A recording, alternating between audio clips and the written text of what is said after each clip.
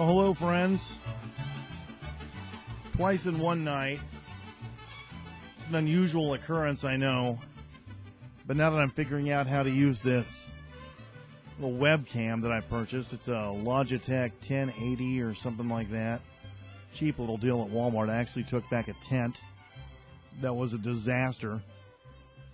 Made promises that it did not hold up to, claiming to be a two-person tent. I know I've talked about this before on the Fajita Funtime, but that tent was certainly not a two-person tent at all. That thing could barely hold me. And yeah, I know I'm a big guy and all, but I'm not that incredibly huge. Not as huge as I could be, I suppose.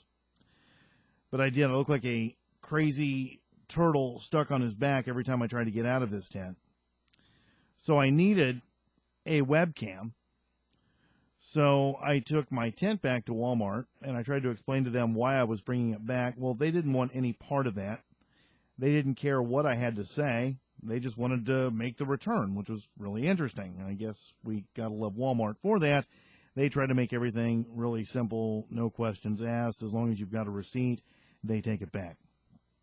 Well, anyway, so I've got this webcam now, and I really do enjoy it. I hope you enjoy watching me as well. It's great because it's like I'm kind of stepping back in time in the world of broadcast. And it's kind of cool the way the internet has done that. You know, what's been censored and not allowed in the mainstream, we can do online. Unless, of course, all of these different plans and policies that the oligarchs at the top keep trying to push through to strangle us and take away what Lou Rockwell called back in 2000 the last vestige of anarchy, which is the internet, away from us, which is what the goal is. And then a guy like me, who just wants to do a simple podcast, is no longer allowed by law, and I have to get some sort of a government license to do it. And I know they've been pushing for that idea for quite a while. Eventually, they'll probably have it, so enjoy our freedoms while we have them before we have to call for an outright revolution, which I know we're going to have to see one of these days. I don't want to see bloodshed, but I don't know what kind of choices are being left to us.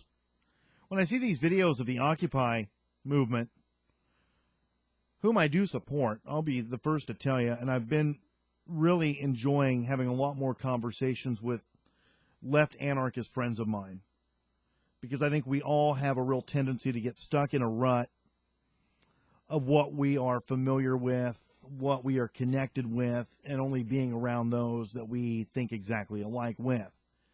But it's funny, when you start actually talking to a lot of people that you might not think that you have commonalities with, you actually find that you have a lot of the same commonalities.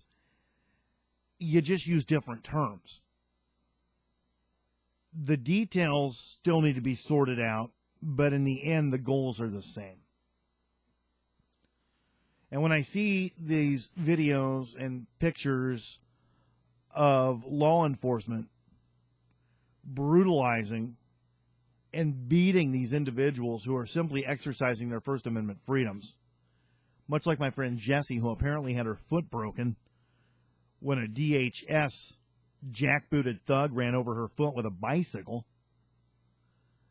trying to exercise her First Amendment freedoms. It makes you wonder, what will we have to do? What lengths will we have to travel in order to restore our freedom? I was just talking to a good friend of mine a moment ago, Sandra. And Sandra said to me, quote, "I want to know when this country took the back road, missed the curve, and fell off the cliff." I think it's a good question. I know it's been argued for time immemorial when we went so haywire. I personally am among those in the school of thought that think the Civil War had a lot to do with that. Of course, I'm not saying that from any racist sort of perspective or anything along those lines, but, you know, study your history and you'll know that Lincoln wasn't about equality. He was about a larger federal government, which is exactly what he gained when the North won the Civil War. Well, friends, it's good to have you here. It is 10:03 on this 6th day of August. Can you believe it's already August? Hopefully we'll be getting through this heat, getting over this heat, all this drought, watching the corn rot away before our very eyes, knowing that food shortages are probably just around the corner. Prices are going to go through the roof. With gas prices where they are, then of course the companies then jack up the prices for transportation of food that the prices are already naturally going up on, and before long we can't afford to eat anything. Except, of course, for McDonald's. I love that McDouble. Only $1? $1 for the McDouble? I love that. Of course, you can also eat one of my favorite things, Allen's Seasoned Turnip Greens. Let's see if we can get a shot of that in the cam. Allen's Seasoned Turnip Greens. These things are absolutely fantastic. I think I paid $1.50 for this huge can at Dollar General. Earlier tonight, I had gone across the street from my apartment where sits a convenience store that sells very good fried chicken. I was going to buy the bag for $6.99 of day-old chicken, which is just jam-packed. This bag is just full, but they didn't have any. And it just kind of goes with what I was showing you with the seasoned turnip greens. I also buy collard greens. And to quote my mom, boy, you were born the wrong color for the foods that you love. Most likely true. I do have a couple of other friends joining us tonight. My cat, coming from the back shelf, coming up to say hello. Meow. It's always nice to have a nice little kitty on the show. Meow.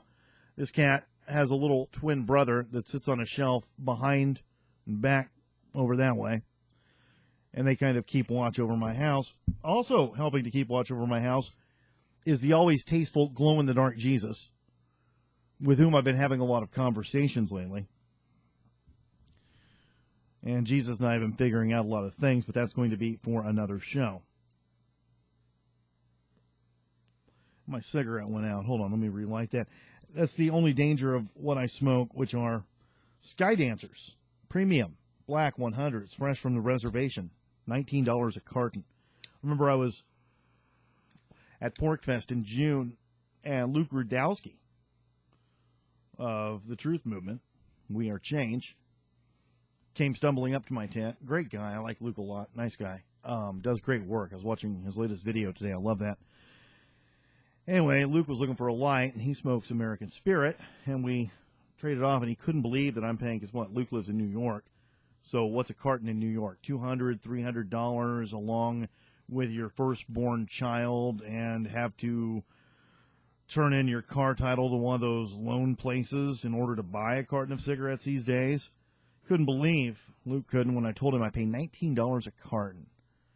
You got to love rural America. Of course, when the CDC did this huge test here in rural America last summer, one of the things they wanted to know was what kind of cigarettes I smoke and what the UPC symbol was. Of course, that was a good way for them to realize just how cheap we're paying for them, and then force some new tax into effect on the reservation cigarettes, trying to force me out of the habit that I love so much. But I mentioned my friend Sandra in that great quote a moment ago. I want to know when the country took the back road, missed the curve, and fell off the cliff. And Sandra's a great thinker, and I'm glad. I think she's thinking even more these days than she's ever thought before in her life, although she's always thought very, very deeply. It's not that she hasn't thought. I'm not saying that at all, Sandra. Forgive me if I came off as saying you don't think. That's certainly not my point.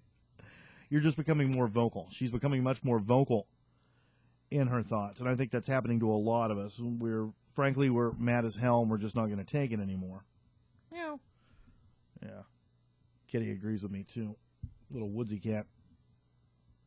But anyway, I had a great opportunity this past weekend to travel with Sandra down the highways and byways of America, traveling from Brown County all the way up into Nebraska territory, and along I-80 we were traveling. We were stopping at antique stores along the way, and I happened to find this hat pin. If I can get that over there. I don't know if I can. Where is it? Where the hell? There it is. I have no idea what it stands for. It's like a skull and a couple of snakes and some roses. Cool looking thing. Got it for $1 at an antique store.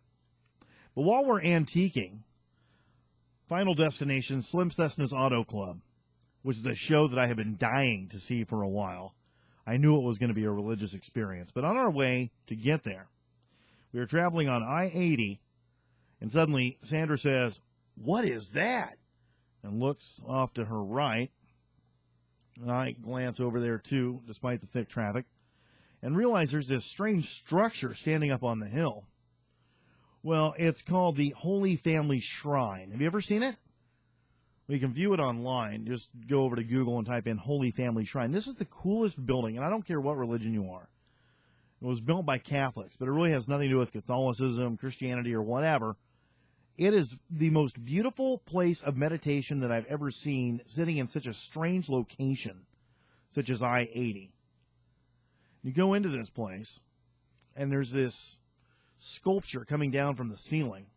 And from the sculpture is dripping water. The water drips into a pool. The pool then goes outside of the first building, all along this beautiful walkway, along which there are little meditation areas. And this water runs through all of these areas, ultimately into the chapel.